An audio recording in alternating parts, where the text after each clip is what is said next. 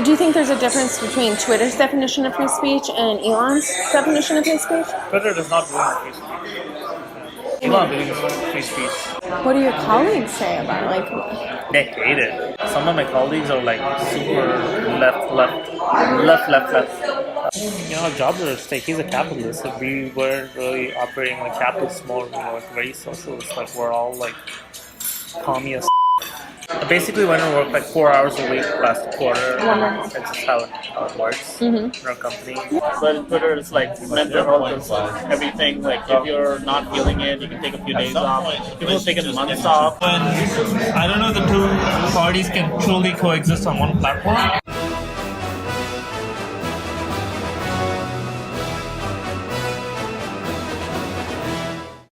So do you think there's a difference between Twitter's definition of free speech and Elon's definition of free speech? Twitter does not believe in free speech. What do you Elon mean? believes in free speech.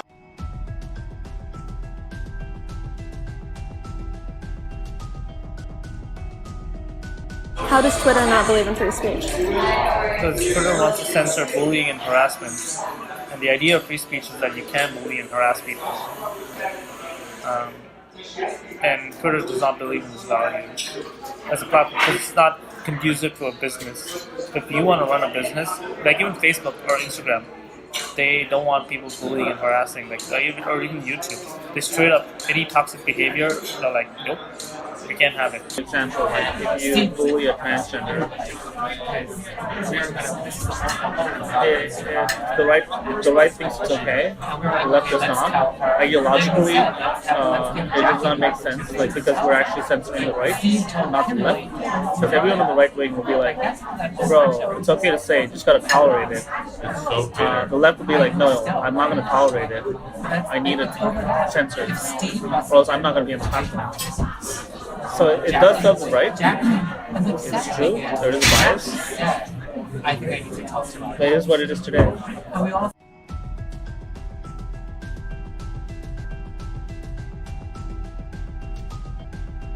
Yeah. Why? They're both losing followers because the left is leaving and the right is coming back on the platform. The right that couldn't denounce the platform, they were like, hey, you know what, we're going to come back because Elon's coming in. And they're basically, Elon has a new Trump because they had a leader. They feel more confident because how do people join platforms? They join because they want to just look up to a leader who will protect them and give them safety. They didn't feel safe on the platform at that point, but now they feel safer now that Elon's there. What about us? Well, we'll feel less safer.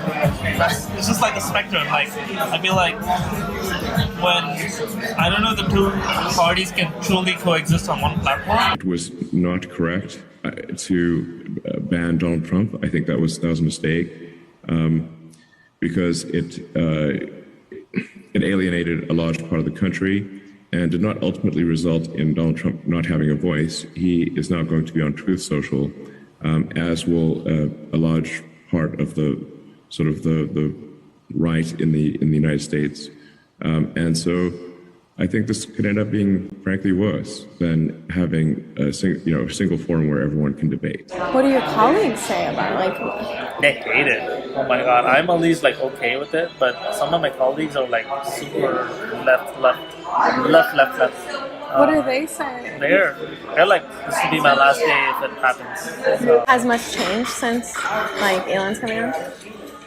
a lot has changed. A lot has changed. Like we're stress eating a lot. Like we're all like worried for our jobs. Why are you guys so worried? Our jobs are at stake. He's a capitalist. If we weren't really operating like capitalist mode, we were like very socialist. Like we're all like communist. Like I started working for Twitter and became left. I think it's just like the environment. Like you're there, you become like this commie. They call it California for some reason. Elon makes some good points sometimes. I'm slowly starting to buy his side a little bit.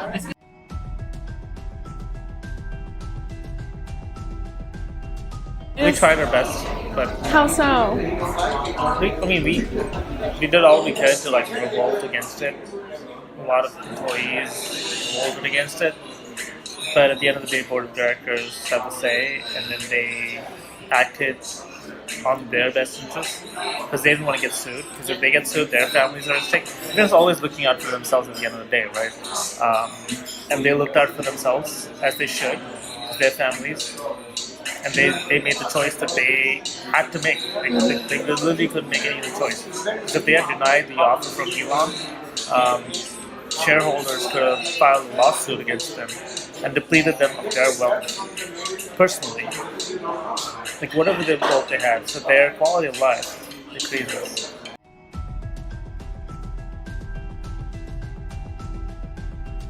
I basically went to work like 4 hours a week last quarter. That's just how it works in our company. Yeah. But I've started putting in more hours because I want to get promoted. Yeah.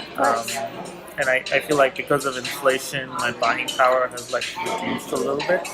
And I want to get promoted so that like they inflate your salary a little, like they increase your salary by a lot when you get promoted. Yeah. And I'm like, sure, let me just fight for it right now.